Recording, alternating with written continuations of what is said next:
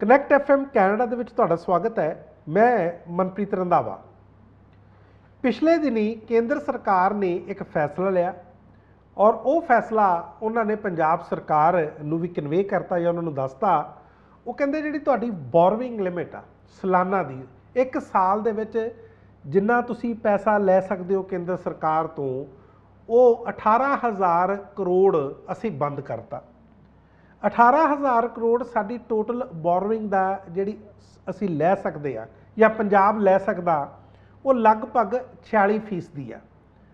Total ਜਿਹੜੀ ਸਾਡੀ GSDP ਹੈ, ਜਿਹਨੂੰ ਅਸੀਂ ਗ੍ਰੋਸ ਸਟੇਟ ਡੋਮੈਸਟਿਕ ਪ੍ਰੋਡਕਟ ਕਹਿ ਦਿੰਦੇ ਆ, ਉਹਦਾ 3% ਲੈ ਸਕਦੇ ਹੁੰਦੇ ਆ। ਤੇ ਅਸੀਂ 39,000 ਕਰੋੜ ਰੁਪਇਆ ਲੈ ਸਕਦੇ ਸੀ, ਪਰ 18,000 ਕਰੋੜ ਇਹ ਬੰਦ ਕਰਤਾ। ਜਾਂ ਇਸ ਤੋਂ ਪਹਿਲਾਂ ਵੀ ਕੀ ਬੰਦ ਹੋਇਆ, ਇਸ तमाम ਚੀਜ਼ ਨੂੰ ਦੇਖਦੇ ਆ ਕਿ ਇਹਦੇ ਨਾਲ ਸਾਡੀ ਆਰਥਿਕਤਾ ਤੇ ਕੀ ਅਸਰ ਪਏਗਾ ਔਰ ਕਿਸ ਤਰ੍ਹਾਂ ਭਾਰਤ ਦੀ ਸਰਕਾਰ ਕਿਤੇ ਪੰਜਾਬ ਨੂੰ ਵਿੱਤੀ ਸੰਕਟ ਵੱਲ ਤਾਂ ਨਹੀਂ ਧੱਕ ਰਹੀ। ਦੂਸਰੀ ਗੱਲ ਕਰਾਂਗੇ ਕਿ ਕੀ ਜਿਹੜਾ ਉੜੀਸਾ ਦੇ ਵਿੱਚ ਬੀਤੇ ਸ਼ੁੱਕਰਵਾਰ ਨੂੰ ਟ੍ਰੇਨ ਘਟਨਾ ਹੋਈ ਹੈ ਜਾਂ ਹਾਦਸਾ ਹੋਇਆ, ਜਿਸ ਵਿੱਚ 290 ਤੋਂ ਵੱਧ ਵਿਅਕਤੀ ਮਾਰੇ ਗਏ ਨੇ ਔਰ ਕਈ ਸੌ ਜ਼ਖਮੀ ਹੋ ਗਏ ਨੇ, ਕੀ ਇਹ ਹਾਦਸਾ ਰੋਕਿਆ ਜਾ ਸਕਦਾ ਸੀ? ਪੰਜ ਰਿਪੋਰਟਸ ਆਈਆਂ ਨੇ ਔਰ ਮੈਂ ਤੁਹਾਨੂੰ ਉਹ ਸਾਰੀਆਂ ਰਿਪੋਰਟਸ ਦੱਸੂਗਾ, ਸਰਲ ਕਰਕੇ ਦੱਸੂਗਾ, ਤਾਂ ਕਿ ਤੁਹਾਨੂੰ ਪਤਾ ਲੱਗੇ ਕਿ ਕਿੱਦਾਂ ਕੇਂਦਰ ਸਰਕਾਰ ਨੂੰ ਬਾਰ-ਬਾਰ ਵਾਰਨਿੰਗਸ ਦੇਣ ਤੋਂ ਚੇਤਾਵਨੀਆਂ ਦਿੱਤੀਆਂ ਗਈਆਂ, ਪਰ ਉਸ ਨੇ ਕਿਸੇ ਤਰ੍ਹਾਂ ਦੇ ਕੋਈ ਸਟੈਪਸ ਨਹੀਂ ਲਏ, ਕੋਈ ਕਦਮ ਨਹੀਂ ਪੁੱਟੇ। ਤੇ ਜੇ ਅੱਜ ਰੇਲਵੇ ਮੰਤਰੀ ਭਾਰਤ ਦੇ ਅਸ਼ਵਨੀ ਵੈਸ਼ਨਵ ਇਹ ਕਹਿ ਰਹੇ ਆ ਕਿ ਸਾਨੂੰ ਤਾਂ ਪਤਾ ਲੱਗ ਗਿਆ, ਸਾਨੂੰ ਉਸ ਦਾ ਪਤਾ ਲੱਗ ਗਿਆ ਕੌਣ ਕਲਪਰੇਟ ਆ, ਕਿਹਦੇ ਕਰਕੇ ਹੋਇਆ, ਤੇ ਨਾਲ ਦੀ ਨਾਲ ਉਹ CBI ਦੀ ਵੀ ਗੱਲ ਕਰ ਰਿਹਾ, ਕਹਿੰਦੇ ਉਹਦੀ ਵੀ ਜਾਂਚ ਦੀ ਮੈਂ ਸਿਫਾਰਿਸ਼ ਕਰਦਾ। ਤੇ ਨਾਲ ਹੀ ਪ੍ਰਧਾਨ ਮੰਤਰੀ ਨਰਿੰਦਰ ਮੋਦੀ ਵੀ ਉੱਥੇ ਜਾਂਦੇ ਨੇ। ਪਰ ਕੀ ਭਾਰਤ ਸਰਕਾਰ ਆਪਣੀ ਜ਼ਿੰਮੇਵਾਰੀ ਤੋਂ ਭੱਜ ਸਕਦੀ ਹੈ? ਕੇਂਦਰ ਸਰਕਾਰ ਨੇ ਅਚਾਨਕ ਜਿਹੜੀ ਸਾਡੀ ਬੋਰੋਇੰਗ ਸੀ ਉਹ 18,000 ਕਰੋੜ ਦਾ ਇਹ ਲਿਖ ਕੇ ਕਹਿਤਾ, ਕਹਿੰਦੇ ਇਹ ਤੁਹਾਨੂੰ ਹੁਣ ਲਿਮਿਟ ਅਸੀਂ ਬੋਰੋ ਜਿਹੜਾ ਤੁਸੀਂ ਕਰਦੇ ਸਾਡੇ ਤੋਂ ਪੈਸਾ ਲੈਂਦੇ ਸੀ ਸਾਲਾਨਾ, ਉਹ ਅਸੀਂ ਨਹੀਂ ਦੇਵਾਂਗੇ। ਜਿਸ ਤਰ੍ਹਾਂ ਮੈਂ ਤੁਹਾਨੂੰ ਦੱਸਿਆ ਕਿ ਸਾਡੀ GSDP ਦਾ 3% ਪੰਜਾਬ ਸਟੇਟ ਕਰਜ਼ਾ ਜਾਂ ਬੋਰੋ ਪੈਸਾ ਕਰ ਸਕਦਾ ਕੇਂਦਰ ਸਰਕਾਰ ਤੋਂ, ਉਹ ਲਗਭਗ 39,000 ਕਰੋੜ ਰੁਪਇਆ ਬਣਦਾ। ਅੰਕੜਿਆਂ ਦੀ ਖੇਡ ਆ। ਲੇਕਿਨ ਤੁਸੀਂ ਦੇਖੋ, ਅਸੀਂ ਸੰਨ 2022 ਤੇ ਸੰਨ 2023 ਦੇ ਵਿੱਚ ਕੇਵਲ 35,000 ਕਰੋੜ ਰੁਪਇਆ ਲਿਆ, ਯਾਨੀ ਕਿ 4,000 ਕਰੋੜ ਰੁਪਇਆ ਘੱਟ ਲਿਆ। ਅਸੀਂ ਆਪਣੀ ਪੂਰੀ ਲਿਮਿਟ ਤੱਕ ਨਹੀਂ ਪਹੁੰਚੇ। ਇਸ ਦੇ ਬਾਵਜੂਦ ਹੁਣ ਜਦੋਂ 39,000 ਕਰੋੜ ਸੀ ਤੇ 18,000 ਚੋਂ ਕਰੋੜ ਰੁਪਇਆ ਘੱਟ ਕਰ ਦੋ ਤੇ ਕੇਵਲ ਕਿੰਨਾ ਬਣ ਜਾਂਦਾ? 21,000 ਕਰੋੜ ਰਹਿ ਜਾਂਦਾ।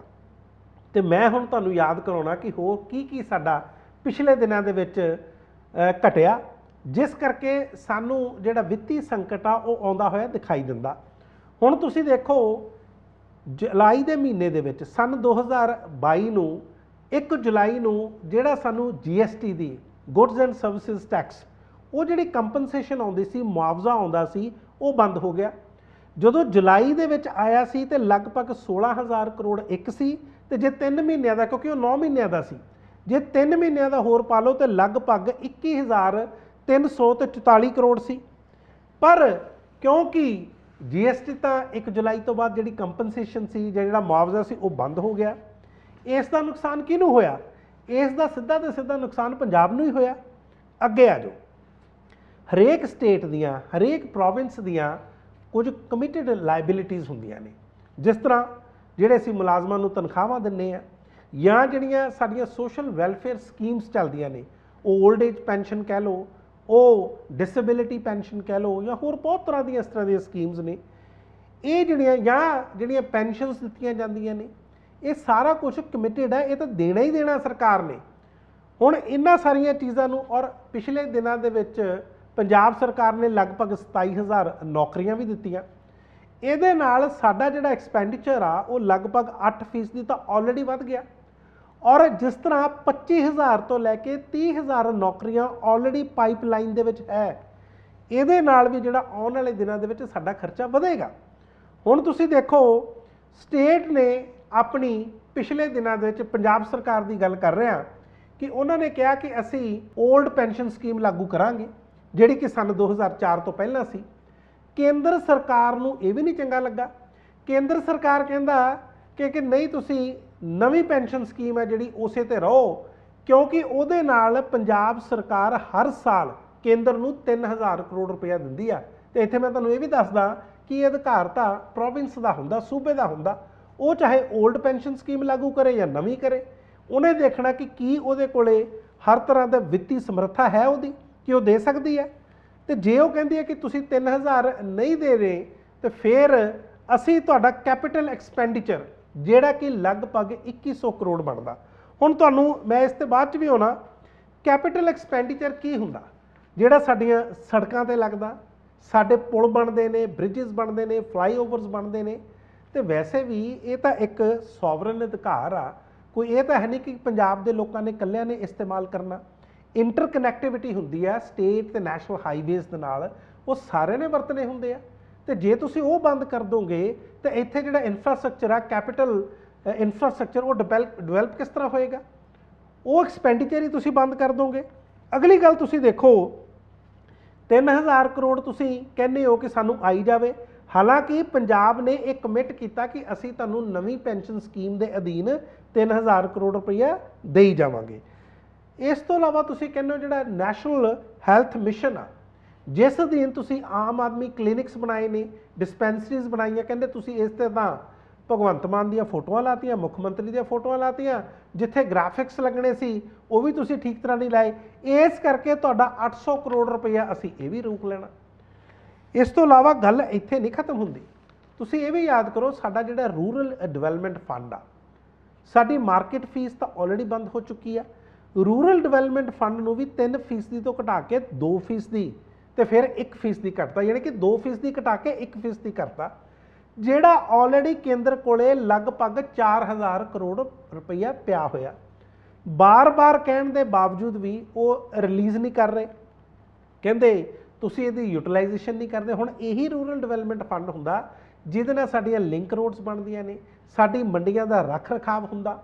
ਜਦੋਂ ਤੁਸੀਂ ਇਹ ਪੈਸਾ ਨਹੀਂ ਦਿਓਗੇ ਤੇ ਉਹ ਸਾਰਾ ਜਿਹੜਾ ਰੂਰਲ ਏਰੀਆਜ਼ ਦੇ ਵਿੱਚ ਜਾਂ ਪੇਂਡੂ ਹਲਕਿਆਂ ਦੇ ਵਿੱਚ ਪੈਸਾ ਲੱਗਣਾ ਜਾਂ ਡਿਵੈਲਪਮੈਂਟ ਹੋਣੀ ਆ, ਉਹ ਹੋਊਗੀ ਕਿਸ ਤਰ੍ਹਾਂ? ਇਸੇ ਕਰਕੇ ਜਦੋਂ ਨੀਤੀ ਆਯੋਗ ਦੀ ਪਿਛਲੇ ਦਿਨਾਂ ਦੇ ਵਿੱਚ ਬੈਠਕ ਹੋਈ, ਜਿਹਨੂੰ ਪ੍ਰਧਾਨ ਮੰਤਰੀ ਨੇ ਖੁਦ ਚੇਅਰ ਕੀਤਾ, 10 ਮੁੱਖ ਮੰਤਰੀਆਂ ਨੇ ਉਸ ਦਾ ਬਾਈਕਾਟ ਕੀਤਾ। ਉਹ ਇਸ ਕਰਕੇ ਕੀਤਾ ਜਿਹਦੇ ਵਿੱਚ ਪੰਜਾਬ ਦੇ ਮੁੱਖ ਮੰਤਰੀ ਵੀ ਸੀ ਤੇ ਦਿੱਲੀ ਦੇ ਮੁੱਖ ਮੰਤਰੀ ਵੀ ਸੀ। ਔਰ ਕਿਹਾ ਜਾ ਰਿਹਾ ਕਿ ਦੇਖੋ ਤੁਹਾਨੂੰ ਤਾਂ ਪਤਾ ਹੀ ਨਹੀਂ, ਕਿਉਂਕਿ ਤੁਸੀਂ ਜਦੋਂ ਜੋ ਬਾਰ-ਬਾਰ ਇਹ ਸੂਬਾ ਸਰਕਾਰਾਂ ਕਰਦੀਆਂ ਨੇ, ਤੁਹਾਨੂੰ ਗੁਹਾਰ ਲਾਉਂਦੀਆਂ ਨੇ, ਤੁਹਾਨੂੰ ਦਰਖਾਸਤ ਕਰਦੇ ਨੇ, ਅਪੀਲ ਕਰਦੀਆਂ ਨੇ, ਚਿੱਠੀਆਂ ਲਿਖਦੇ ਨੇ, ਤੁਸੀਂ ਗੌਰ ਨਹੀਂ ਕਰਦੇ ਤੇ ਜੇ ਮੀਟਿੰਗ ਉਹ ਬਾਈਕਾਟ ਕਰ ਦੇਣ ਉਸ ਗੱਲ ਦਾ ਤੁਹਾਨੂੰ ਗੁੱਸਾ ਲੱਗ ਜਾਂਦਾ। ਹੁਣ ਤੁਸੀਂ ਦੇਖੋ ਜਿਸ ਹਿਸਾਬ ਨਾਲ ਸਾਡੇ ਤੇ ਕਰਜ਼ਾ 3 ਲੱਖ ਕਰੋੜ ਦਾ, ਲਗਭਗ ਸਾਲਾਨਾ 20000 ਕਰੋੜ ਦੀ ਤਾਂ ਉਹੀ ਕਿਸ਼ਤ ਚਲੀ ਜਾਂਦੀ ਹੈ। ਇਹ ਸਾਰਾ ਕੁਝ ਮਿਲਾ ਕੇ ਜਦੋਂ ਇੰਨੀਆਂ ਦੇਣਦਾਰੀਆਂ ਹੋਣ, ਅੱਛਾ ਇਸ ਤੋਂ ਇਲਾਵਾ ਵੀ ਮੈਂ ਤੁਹਾਨੂੰ ਦੱਸ ਦਿੰਦਾ, ਪਰਚੇਜ਼ ਟੈਕਸ ਤੁਸੀਂ ਬੰਦ ਕਰਤਾ, ਜਿਹੜਾ ਵੀਟ ਤੇ ਪੈਡੀ ਤੇ ਹੁੰਦਾ ਸੀ ਲਗਭਗ 5%, ਉਹ ਤੁਸੀਂ ਖਤਮ ਕਰ ਚੁੱਕੇ ਹੋ। PIDC ਪੰਜਾਬ ਇਨਫਰਾਸਟ੍ਰਕਚਰ ਤੇ ਡਿਵੈਲਪਮੈਂਟ ਸੈਸ ਲੱਗਦਾ ਹੁੰਦਾ ਸੀ ਜਿਹਦਾ 3% ਹੁੰਦਾ ਸੀ, ਉਹ ਵੀ ਤੁਸੀਂ ਰੋਕ ਕੇ ਬੈਠ ਗਏ, ਉਹ ਵੀ ਤੁਸੀਂ ਬੰਦ ਕਰਤਾ। ਇਹ ਸਾਰਾ ਕੁਝ ਜੋ ਦੇਖ ਗਏ ਤੇ ਫਿਰ ਪੰਜਾਬ ਕੋਲੇ ਆਪਣੇ ਸਾਧਨ ਕਿਹੜੇ ਨੇ, ਕਿਹੜੇ ਸੋਰਸਿਸ ਨੇ, ਇੱਥੇ ਕਿਹੜੇ ਨੈਚੁਰਲ ਰਿਸੋਰਸਿਸ ਨੇ, ਕਿਹੜੀ ਇੱਥੇ ਹੈਵੀ ਇੰਡਸਟਰੀ ਲੱਗੀ ਆ। ਤੁਹਾਨੂੰ ਵੀ ਪਤਾ ਹੈ ਇੱਕ ਬਾਰਡਰ ਸਟੇਟ ਆ, ਇਸ ਤਰ੍ਹਾਂ ਲੱਗ ਰਿਹਾ ਕਿਤੇ ਕੇਂਦਰ ਸਰਕਾਰ ਪੰਜਾਬ ਨੂੰ ਵਿੱਤੀ ਸੰਕਟ ਵੱਲ ਤਾਂ ਨਹੀਂ ਘਟ ਰਹੀ। ਔਰ ਕੱਲਾ ਪੰਜਾਬ ਨਾਲ ਨਹੀਂ ਇਹ ਗੱਲ ਹੋ ਰਹੀ, ਇਸ ਤੋਂ ਪਹਿਲਾਂ ਇਹ ਸਾਰੇ ਫੰਡਸ ਕੇਰਲ ਦੇ ਰੋਕੇ ਜਾ ਚੁੱਕੇ ਆ ਤੇ ਉਸ ਤੋਂ ਬਾਅਦ ਹਿਮਾਚਲ ਪ੍ਰਦੇਸ਼, ਅੱਛਾ ਦੋਨੇ ਥਾਵਾਂ ਤੇ ਸਰਕਾਰਾਂ ਕਿਸ ਦੀਆਂ ਨੇ? ਨਾ ਤਾਂ ਕੇਰਲ ਦੇ ਵਿੱਚ ਭਾਰਤੀ ਜਨਤਾ ਪਾਰਟੀ ਦੀ ਸਰਕਾਰ ਆ ਤੇ ਨਾ ਹੀ ਹਿਮਾਚਲ ਪ੍ਰਦੇਸ਼ ਦੇ ਵਿੱਚ, ਤੇ ਹੁਣ ਪੰਜਾਬ ਦੇ ਵਿੱਚ ਤਾਂ ਹੈ ਹੀ ਨਹੀਂ। ਤੇ ਇੱਕ ਪਾਸੇ ਤੁਸੀਂ ਗੱਲਾਂ ਕਰਦੇ ਹੋ ਡਬਲ ਇੰਜਨ ਸਰਕਾਰ ਦੀਆਂ ਕਿ ਡਬਲ ਇੰਜਨ ਹੋਏਗਾ, ਤੇ ਇਹਦਾ ਮਤਲਬ ਕੇਵਲ ਜਿੱਥੇ ਭਾਰਤੀ ਜਨਤਾ ਪਾਰਟੀ ਦੀ ਸਰਕਾਰ ਹੋਏਗੀ ਉੱਥੇ ਹੀ ਤੁਸੀਂ ਨਾਲ ਰਲ ਕੇ ਚੱਲੋਗੇ, ਤੇ ਜਿਹੜੀਆਂ ਬਾਕੀ ਸਰਕਾਰਾਂ ਨੇ, ਜਿਹੜੀਆਂ ਵਿਰੋਧੀ ਧਿਰ ਦੀਆਂ ਸਰਕਾਰਾਂ ਨੇ, ਉਹ ਤੁਹਾਡੇ ਲਈ ਮਤਰਈਆਂ ਸਰਕਾਰਾਂ ਨੇ, ਉੱਥੋਂ ਦੇ ਲੋਕ ਨਹੀਂ ਆ। ਉਹ ਤੁਹਾਨੂੰ ਘੱਟੋ ਘੱਟ ਕੋਈ ਲੋਕ ਸਭਾ ਦੀ ਸੀਟ ਤਾਂ ਜਿਤਾਉਂਦੇ ਹੁੰਦੇ ਆ। ਤੇ ਜੇ ਤੁਸੀਂ ਇਸ ਤਰ੍ਹਾਂ ਸਫੋਕੇਟ ਕਰੋਗੇ ਤੇ ਇਹਦੇ ਨਾਲ ਮੈਨੂੰ ਲੱਗਦਾ ਕਿਤੇ ਨਾ ਕਿਤੇ ਇਹੀ ਰਾਜ ਤੁਹਾਡਾ ਆਉਣ ਵਾਲੇ ਦਿਨਾਂ 'ਚ ਵਿਰੋਧ ਵੀ ਕਰ ਸਕਦੇ ਆ। ਬੀਤੇ ਸ਼ੁੱਕਰਵਾਰ ਨੂੰ ਜੋ ਉੜੀਸਾ ਦੇ ਵਿੱਚ ਬਾਲਾਸੋਰ ਦੇ ਵਿੱਚ ਜੋ ਦੁਰਘਟਨਾ ਹੋਈ ਆ, ਮੈਨੂੰ ਲੱਗਦਾ ਪੂਰੀ ਦੁਨੀਆ ਨੂੰ ਹਿਲਾ ਕੇ ਰੱਖਤਾ, ਜਿਸ ਨਾਲ 3 ਟ੍ਰੇਨ ਜਿਸ ਤਰ੍ਹਾਂ ਆਪਸ ਦੇ ਵਿੱਚ ਉਹਨਾਂ ਦੀ ਟੱਕਰ ਹੋਈ ਆ। ਔਰ ਹੁਣ ਜਿਹੜੀਆਂ ਮੁੱਢਲੀਆਂ ਖਬਰਾਂ ਆ ਰਹੀਆਂ ਨੇ ਕਿ ਇਹ ਇੱਕ ਹਿਊਮਨ ਐਰਰ ਆ, ਬਲਕਿ ਇਹ ਵੀ ਪਤਾ ਲੱਗਾ ਕਿ ਜਿਹੜਾ ਸਿਗਨਲ ਸਿਸਟਮ ਆ ਉਹੀ ਫੇਲ ਹੋ ਗਿਆ। ਪਰ ਮੈਂ ਤੁਹਾਨੂੰ ਦੱਸਾਂ ਪੰਜ इस तरह ਦੀਆਂ ਰਿਪੋਰਟਸ ਨੇ ਵੱਖਰੇ ਵੱਖਰੇ ਟਾਈਮ ਤੇ। ਹੁਣ ਚਾਹੇ ਅਸ਼ਵਨੀ ਵੈਸ਼ਨਵ ਜਿਹੜੇ ਭਾਰਤ ਦੇ ਰੇਲਵੇ ਮੰਤਰੀ ਨੇ ਤੇ ਚਾਹੇ ਭਾਰਤ ਦੇ ਪ੍ਰਧਾਨ ਮੰਤਰੀ ਨਰਿੰਦਰ ਮੋਦੀ ਜੋ ਮਰਜ਼ੀ ਕਹਿ ਲੈਣ, ਪਰ ਸਮੇਂ ਸਿਰ ਇਹਨਾਂ ਨੇ ਉਹਨਾਂ ਰਿਪੋਰਟਸ ਤੇ ਕਿਸੇ ਤਰ੍ਹਾਂ ਕੋਈ ਕੰਮ ਨਹੀਂ ਕੀਤਾ, ਉਹਨਾਂ ਨੂੰ ਨਜ਼ਰ ਅੰਦਾਜ਼ ਕੀਤਾ। ਤੇ ਜੇ ਉਹਨਾਂ ਤੇ ਕੋਈ ਐਕਸ਼ਨ ਲੈ ਲੈਂਦੇ, ਕਾਰਵਾਈ ਲੈ ਲੈਂਦੇ, ਤਾਂ ਹੋ ਸਕਦਾ ਸੀ ਇਹ ਹਾਦਸਾ ਟਲ ਜਾਂਦਾ। ਹੁਣ ਤੁਸੀਂ ਦੇਖੋ ਕੈਗ ਦੀ ਇੱਕ ਰਿਪੋਰਟ ਆ, controller and auditor general of India, ਔਰ ਇਹ ਰਿਪੋਰਟ ਆ ਅਪ੍ਰੈਲ ਸਨ 2017 ਤੋਂ ਲੈ ਕੇ ਮਾਰਚ ਸਨ 2021 ਦੀ। ਮੈਂ ਤੁਹਾਨੂੰ ਸਾਰਾ ਕੁਝ ਬਹੁਤ ਸਰਲ ਕਰਕੇ ਦੱਸੂਗਾ। ਔਰ ਇਹ ਰਿਪੋਰਟ ਵੀ ਕਿਸ ਤੇ ਆ, ਕਿਹੜੀਆਂ ਕਿੰਨੀਆਂ ਕੁ ਗੱਡੀਆਂ ਇਹਨਾਂ ਦਿਨਾਂ ਦੇ ਦੌਰਾਨ, ਇਹਨਾਂ 4 ਸਾਲਾਂ ਦੇ ਦੌਰਾਨ ਡੀਰੇਲ ਹੋਈਆਂ, ਜਿਹੜੀਆਂ ਪਟੜੀਆਂ ਤੋਂ ਉਤਰੀਆਂ, ਜਿਹੜੀਆਂ ਲੀਹਾਂ ਤੋਂ ਲਹਿ ਗਈਆਂ। ਉਹਦਾ ਕਾਰਨ ਜੇ ਤੁਸੀਂ ਦੇਖੋ ਇਹਦੇ ਵਿੱਚ ਰਿਪੋਰਟ ਦੇ ਵਿੱਚ ਕਲੀਅਰ ਆਇਆ, 4 ਚੋਂ ਜਿਹੜੇ ਹੋਏ ਆ ਲਗਭਗ 3 ਐਕਸੀਡੈਂਟਸ ਉਹ ਡੀਰੇਲਮੈਂਟ ਕਰਕੇ ਹੋਏ ਆ। ਯਾਨੀ ਕਿ ਉਹਨਾਂ ਦੀ ਮੇਨਟੇਨੈਂਸ ਠੀਕ ਨਹੀਂ ਸੀ ਔਰ ਉਹਨਾਂ ਦਾ ਰੱਖ ਰਖਾਵ ਠੀਕ ਨਹੀਂ ਸੀ, ਬਾਰ-ਬਾਰ ਕਹਿਣ ਦੇ ਬਾਵਜੂਦ ਵੀ। ਔਰ ਇਹ ਜਿਹੜੀ ਰਿਪੋਰਟ ਆ ਇਹ ਦਸੰਬਰ ਸਨ 2022 ਦੇ ਵਿੱਚ ਪਾਰਲੀਮੈਂਟ ਦੇ ਵਿੱਚ ਟੇਬਲ ਹੋਈ ਆ, ਉੱਥੇ ਰੱਖੀ ਗਈ ਆ। ਮੇਨਟੇਨੈਂਸ ਜਿਹੜੀ ਸੀ, ਮੇਨਟੇਨੈਂਸ ਟਰੈਕਸ ਦੀ, ਉਹ ਬਿਲਕੁਲ ਲਗਭਗ ਖਤਮ ਹੋ ਗਈ ਸੀ। ਔਰ ਇੱਥੋਂ ਤੱਕ ਇਹ ਰਿਪੋਰਟ ਕਹਿ ਰਹੀ ਆ ਕਿ ਕੇਵਲ ਮੋਦੀ ਸਰਕਾਰ ਨੇ, ਯਾਨੀ ਕਿ ਭਾਰਤ ਸਰਕਾਰ ਨੇ ਕੇਵਲ ਜਿਹੜੇ ਫੰਡ ਨਹੀਂ ਘਟਾਤੇ, ਪਰ ਜਿਹੜੇ ਫੰਡ ਪਏ ਹੋਏ ਸੀ ਉਹਨਾਂ ਨੂੰ ਵੀ ਯੂਟਿਲਾਈਜ਼ ਨਹੀਂ ਕੀਤਾ, ਉਹਨਾਂ ਦੀ ਵਰਤੋਂ ਹੀ ਨਹੀਂ ਕੀਤੀ। ਤੇ ਜੇ ਤੁਸੀਂ ਵਰਤੋਂ ਹੀ ਨਹੀਂ ਕਰੋਗੇ ਤੇ ਫਿਰ ਕਿਸ ਤਰ੍ਹਾਂ ਜਿਹੜੇ ਇਹ ਟ੍ਰੇਨ ਜਿਹੜੇ ਟਰੈਕਸ ਨੇ, ਔਰ ਇਹ ਤੁਸੀਂ ਦੇਖੋ ਜਿਹੜੇ ਟਰੈਕਸ ਨੇ ਸਾਡੇ ਲਗਭਗ ਬ੍ਰਿਟਿਸ਼ ਟਾਈਮਸ ਤੋਂ ਡਿਵੈਲਪ ਹੋਏ ਹੋਏ ਨੇ। 1853 ਦੇ ਵਿੱਚ ਪਹਿਲੀ ਰੇਲਵੇ ਲਾਈਨ ਬਣੀ ਸੀ ਤੇ ਉਸ ਤੋਂ ਬਾਅਦ ਸਾਰਾ ਨੈਟਵਰਕ ਉਸੇ ਟਾਈਮਸ ਹੋਇਆ। ਜਿਹੜੀ ਭਾਰਤ ਨੇ ਜਾਂ ਆਪਣੇ ਇੰਡੀਪੈਂਡੈਂਟਲੀ ਜਾਂ ਇੰਡੀਜਨਸਲੀ ਜਿਹਨੂੰ ਅਸੀਂ ਕਹਿੰਦੇ ਆ, ਉਹ ਕੋਂਕਣ ਰੇਲਵੇਜ਼ ਬਣਾਇਆ, ਬਹੁਤ ਵਧੀਆ ਟਰੈਕ ਬਣਾਇਆ। ਪਰ ਇਸ ਤਰ੍ਹਾਂ ਦੇ ਟਰੈਕ ਤਾਂ ਹੋਰ ਬਹੁਤ ਸਾਰੇ ਬਣਨੇ ਚਾਹੀਦੇ ਸੀ। ਤੁਸੀਂ ਦੇਖੋ 1392 ਦੇ ਕਰੀਬ ਮਾਈਨਰ ਤੇ ਵੱਡੀਆਂ ਇਹ ਡੀਰੇਲਮੈਂਟਸ ਹੋਈਆਂ ਨੇ। 69% ਹੈ ਜਿਹੜਾ ਉਹ ਬਜਟ ਘਟ ਗਿਆ। ਔਰ ਇੱਥੇ ਇੱਕ ਤੁਹਾਨੂੰ ਹੋਰ ਚੀਜ਼ ਦੱਸਾਂ, ਰਾਸ਼ਟਰੀ ਰੇਲ ਸੁਰੱਖਿਆ ਕੋਸ਼ ਹੁੰਦਾ ਇੱਕ ਜਿਹੜਾ ਤੁਹਾਨੂੰ ਸੁਰੱਖਿਅਤ ਕਰਦਾ, ਉਹਦੇ ਵਿੱਚ ਕਿਹਾ ਗਿਆ ਸੀ ਕਿ ਅਸੀਂ ਕਾਰਪਸ ਬਣਾਵਾਂਗੇ 1 ਲੱਖ ਕਰੋੜ ਦਾ। ਜਦ ਕਿ ਆਇਆ ਕਿੰਨਾ, ਪਹਿਲਾਂ 20,000 ਕਰੋੜ ਦੀ ਗੱਲ ਕੀਤੀ, ਫਿਰ 15,000 ਕਰੋੜ ਰਹਿ ਗਿਆ, ਤੇ ਕੇਵਲ 500 ਕਰੋੜ ਤੱਕ ਬਾਅਦ ਦੇ ਵਿੱਚ ਇਹ ਰਿਲੀਜ਼ ਹੁੰਦਾ ਪੈਸਾ। ਇੱਥੋਂ ਤੁਸੀਂ ਅੰਦਾਜ਼ਾ ਲਾ ਸਕਦੇ ਹੋ ਕਿ ਕੀ ਇੰਨਾ ਵੱਡਾ ਜਿਹੜਾ ਨੈਟਵਰਕ ਆ ਭਾਰਤ ਦਾ, ਉਸ ਦਾ ਰੱਖ ਰਖਾਵ ਇੰਨੇ ਥੋੜੇ ਪੈਸੇ ਨਾਲ ਕੀਤਾ ਜਾ ਸਕਦਾ। ਅੱਗੇ ਦੂਸਰੀ ਰਿਪੋਰਟ ਦੀ ਹੁਣ ਮੈਂ ਗੱਲ ਕਰੂੰਗਾ। ਇਹ ਹੋਈ ਸੀ ਜਿਹੜੀ ਇੰਟਰ ਸਿਗਨਲ ਸਿਸਟਮ ਆ ਸਾਡਾ, ਇਹ 8 ਫਰਵਰੀ ਸਨ 2023 ਨੂੰ ਆਈ ਆ। ਔਰ ਇੱਕ ਪੰਨੇ ਦੀ ਰਿਪੋਰਟ ਆ, ਜਦੋਂ ਇੱਕ ਮਾਈਸੂਰ ਦੇ ਵਿੱਚ ਇੱਕ ਡੀਰੇਲਮੈਂਟ ਹੋ ਗਈ ਸੀ, ਇੱਕ ਗੱਡੀ ਪਟੜੀ ਤੋਂ ਲਹਿ ਗਈ ਸੀ। ਪ੍ਰਿੰਸੀਪਲ ਚੀਫ ਆਪਰੇਟਿੰਗ ਮੈਨੇਜਰ ਨੇ ਉਹਨਾਂ ਨੇ ਇਹ ਰਿਪੋਰਟ ਰੇਲਵੇ ਬੋਰਡ ਨੂੰ ਭੇਜੀ ਸੀ। ਕਹਿੰਦੇ ਇਮੀਡੀਏਟਲੀ ਕੋਈ ਸਟੈਪ ਲਓ, ਸਾਡਾ ਜਿਹੜਾ ਲੌਕਿੰਗ ਸਿਸਟਮ ਆ ਉਹ ਖਰਾਬ ਹੋ ਰਿਹਾ। ਔਰ ਇਹਨੂੰ ਇਹ ਸਾਊਥ ਵੈਸਟਰਨ ਰੇਲਵੇਜ਼ ਦੀ ਰਿਪੋਰਟ ਮੈਂ ਤੁਹਾਨੂੰ ਦੱਸ ਰਿਹਾ। ਔਰ ਉੱਥੇ ਪੂਰੇ ਦਾ ਪੂਰਾ ਸਿਸਟਮ ਦਾ ਇਹ ਫੇਲੀਅਰ ਆ। ਉਹਨਾਂ ਨੇ ਇਹ ਗੱਲ ਦੱਸੀ, ਟੈਕਨੋਲੋਜੀ ਸਾਡੀ ਫੇਲ ਹੋ ਰਹੀ ਆ, ਸਿਗਨਲ ਸਿਸਟਮ ਸਾਡਾ ਫੇਲ ਹੋ ਰਿਹਾ। ਇਹ ਸਾਰਾ ਕੁਝ ਰਿਪੋਰਟ ਦਾ ਹਿੱਸਾ ਦੱਸ ਰਿਹਾ ਮੈਂ ਤੁਹਾਨੂੰ। ਔਰ ਤੁਸੀਂ ਦੇਖੋ ਸਾਡੀਆਂ ਜਿਹੜੀਆਂ ਗੱਡੀਆਂ, ਜਿਹੜੀਆਂ ਪੈਸੇਂਜਰ ਗੱਡੀਆਂ ਚੱਲਦੀਆਂ ਨੇ, ਇਹ ਲਗਭਗ 63,000 ਕਿਲੋਮੀਟਰ ਤੋਂ ਵੱਧ ਚੱਲਦੀਆਂ ਨੇ। ਇਹਨਾਂ ਦਾ ਪੂਰਾ ਜਿਹੜਾ ਪੈਂਡਾ ਜੇ ਤੁਸੀਂ ਕਹਿ ਲਓ, ਤੇ ਇਹਦੇ ਵਿੱਚੋਂ ਜਿਹੜਾ ਇਹ ਸੁਰੱਖਿਆ ਕਵਚ ਦੀ ਤੁਸੀਂ ਗੱਲ ਕਰ ਰਹੇ ਹੋ, ਇਹ ਤਾਂ ਕੇਵਲ 1415 ਕਿਲੋਮੀਟਰ ਆ, ਤੇ ਉਹਨਾਂ ਦਾ ਵੀ ਪੂਰਾ ਰੱਖ ਰਖਾਵ ਨਹੀਂ ਹੁੰਦਾ। ਤੇ ਫਿਰ ਆਪਾਂ ਗੱਲਾਂ ਕਰਦੇ ਹਾਂ ਵੀ ਅਸੀਂ ਜਿਹੜਾ ਹੈ ਆਪਣੀਆਂ ਟ੍ਰੇਨਸ ਨੂੰ ਸੁਰੱਖਿਆ ਮੁਹੱਈਆ ਕਰਵਾਉਣੀ ਆ। ਇੱਦਾਂ ਤਾਂ ਨਹੀਂ ਹੋਣੀ ਜੇ ਮੁਰੰਮਤ ਨਹੀਂ ਹੋਣੀ। ਇੱਕ ਰਿਪੋਰਟ ਦਾ ਮੈਂ ਤੁਹਾਨੂੰ ਹੋਰ ਜ਼ਿਕਰ ਕਰਦਾ, ਪਾਰਲੀਮੈਂਟਰੀ ਕਮੇਟੀ ਬਣਦੀ ਆ, ਤੁਹਾਨੂੰ ਪਤਾ ਪਾਰਲੀਮੈਂਟਰੀ ਕਮੇਟੀ ਬਣਦੀ ਆ।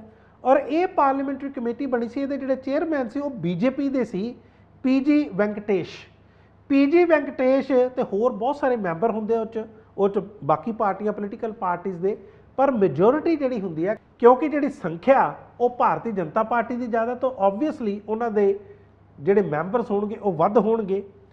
ਇਹਨਾਂ ਨੇ ਬਲਕਿ ਇਹ ਰਿਪੋਰਟ 'ਚ ਦੱਸਿਆ ਸੀ ਕਿ ਜਿਹੜੇ ਕਮਿਸ਼ਨ ਰੇਲਵੇ ਸੇਫਟੀ ਆ, ਇੱਕ ਕਮਿਸ਼ਨ ਹੁੰਦਾ ਰੇਲਵੇ ਸੇਫਟੀ ਦਾ, ਰੇਲਵੇ ਨੂੰ ਸੁਰੱਖਿਆ ਕਿਸ ਤਰ੍ਹਾਂ ਰੱਖਣਾ, ਤੇ chief commission of railway safety, ਇਹਨਾਂ ਦੀਆਂ ਪਾਵਰਸ ਖੋਹਣੀਆਂ ਸੀ। ਕਹਿੰਦੇ ਇਹ ਨਾ ਕਰੋ। ਇਹਨਾਂ ਨੇ ਆਗਾਹ ਕੀਤਾ ਸੀ ਪਾਰਲੀਮੈਂਟਰੀ ਕਮੇਟੀ ਨੇ ਕਿ ਇਹ ਨਾ ਕਰੋ, ਇਹਦੇ ਜਿਹੜਾ ਸਾਡਾ ਸਿਸਟਮ ਚੱਲਦਾ ਆ ਰਿਹਾ, ਜਿਹੜੀ ਸਾਡੀ ਵਿਵਸਥਾ ਚੱਲਦੀ ਆ ਰਹੀ ਆ ਬ੍ਰਿਟਿਸ਼ ਟਾਈਮਸ ਤੋਂ, ਇਸ ਨੂੰ ਖਤਮ ਨਾ ਕਰੋ। ਪਰ ਉਸ ਦੇ ਬਾਵਜੂਦ ਇਸ ਨੂੰ ਖਤਮ ਕਰ ਦਿੱਤਾ ਗਿਆ। ਤੇ ਸਾਡੀਆਂ ਜਿਹੜੀਆਂ ਨੌਕਰੀਆਂ ਨੇ, ਹੁਣ ਰੇਲਵੇ ਦੇ ਵਿੱਚ ਬਹੁਤ ਸਾਰਾ ਤੁਹਾਨੂੰ ਪਤਾ ਸਟਾਫ ਆ, ਬਹੁਤ ਸਾਰਾ ਇੰਪਲੋਏ ਆ, ਸਭ ਤੋਂ ਵੱਡਾ ਇੰਪਲੋਇਮੈਂਟ ਦਾ ਇਹ ਜ਼ਰੀਆ 3,12,000, ਕਿਉਂਕਿ ਇਹ ਲੰਬਾ ਹੋ ਜਾਣਾ, ਮੈਂ ਤੁਹਾਨੂੰ ਛੋਟਾ ਦੱਸ ਰਿਹਾ। ਵੱਖਰੇ ਵੱਖਰੇ ਜ਼ੋਨ ਦੇ ਵਿੱਚ 3,12,000 ਇਹ ਸਾਰੀਆਂ ਨਾਨ ਗੈਸਟਡ ਪੋਸਟ ਨੇ, ਇਹ ਖਾਲੀ ਪਈਆਂ ਨੇ। ਬੜੀ ਵਾਰੀ ਕਿਹਾ ਗਿਆ ਕਿ ਤੁਸੀਂ ਇਸ ਤੇ ਜ਼ੋਰ ਦਿਓ, ਇਹਨਾਂ ਅਸਾਮੀਆਂ ਨੂੰ ਭਰੋ, ਪਰ ਕਦੇ ਨਹੀਂ ਭਰੀਆਂ ਗਈਆਂ। ਇਹ ਵੀ ਆਗਾਹ ਕੀਤਾ ਗਿਆ ਸੀ। ਸਰਕਾਰ ਦਾ ਸਾਰਾ ਜ਼ੋਰ ਜਿਹੜਾ ਉਹ ਵੰਦੇ ਭਾਰਤ ਜਿਹੜੀ ਰੇਲ ਆ ਉਸ ਉੱਤੇ ਲੱਗਾ ਹੋਇਆ। ਤੁਸੀਂ ਦੇਖਿਆ ਹੋਣਾ ਪ੍ਰਧਾਨ ਮੰਤਰੀ ਨਰਿੰਦਰ ਮੋਦੀ ਵਾਰ-ਵਾਰ ਜਾ ਕੇ ਝੰਡੀਆਂ, ਹਰੀਆਂ ਝੰਡੀਆਂ ਦਿੰਦੇ ਨੇ। ਜ਼ਰੂਰ ਦਿਓ, ਤੁਸੀਂ ਜਿਹੜੀਆਂ ਹਾਈ ਸਪੀਡ ਟ੍ਰੇਨਸ ਨੇ ਉਹਨਾਂ ਵੱਲ ਧਿਆਨ ਦਿਓ, ਪਰ ਸਾਡਾ ਜਿਹੜਾ ਇਨਫਰਾਸਟ੍ਰਕਚਰ ਹੈ, ਜਿਹੜਾ ਬੇਸਿਕ ਆ, ਉਹ ਪੈਸੇਂਜਰ ਟ੍ਰੇਨਸ ਦਾ ਹੈ, ਜਿੱਥੇ ਲੱਖਾਂ ਕਰੋੜਾਂ ਲੋਕ ਜਿਹੜੇ ਆ ਉਹ ਰੋਜ਼ ਸਫ਼ਰ ਕਰਦੇ ਨੇ। ਇਸੇ ਕਰਕੇ ਹੁਣ ਜਦੋਂ ਇਹ ਗੱਲ ਦੁਬਾਰਾ ਹੋਈ ਆ ਤੇ ਫਿਰ ਤੁਸੀਂ ਦੇਖੋ ਇਹ ਸਾਡਾ ਸਿਸਟਮ ਕਲੈਪਸ ਕਰਨਾ, ਇਹ ਆਪਣੇ ਆਪ ਦੇ ਵਿੱਚ ਹੈਰਾਨ ਕਰਨ ਵਾਲੀ ਗੱਲ ਆ। ਕਿਉਂਕਿ ਜੇ ਸਰਕਾਰਾਂ ਜਾਣ ਬੁੱਝ ਕੇ ਅਣਗਹਿਲੀ ਕਰਦੀਆਂ ਤੇ ਉਹਨਾਂ ਦੀ ਜਿਹੜੀ ਕ੍ਰਿਮੀਨਲ ਕਲਪੇਬਿਲਿਟੀ ਆ ਉਹ ਉਨੀ ਆ, ਚਾਹੇ ਉਸ ਲਈ ਚਾਹੇ ਅਸ਼ਵਨੀ ਵੈਸ਼ਨਵ ਤੇ ਚਾਹੇ ਭਾਰਤ ਦੇ ਪ੍ਰਧਾਨ ਮੰਤਰੀ ਨਰਿੰਦਰ ਮੋਦੀ ਕੁਝ ਵੀ ਕਹਿ ਲੈਣ। ਤੁਸੀਂ ਦੇਖ ਰਹੇ ਸੀ ਕਨੈਕਟ ਸ਼ੀਸ਼ਾ, ਮੈਂ ਮਨਪ੍ਰੀਤ ਰੰਧਾਵਾ।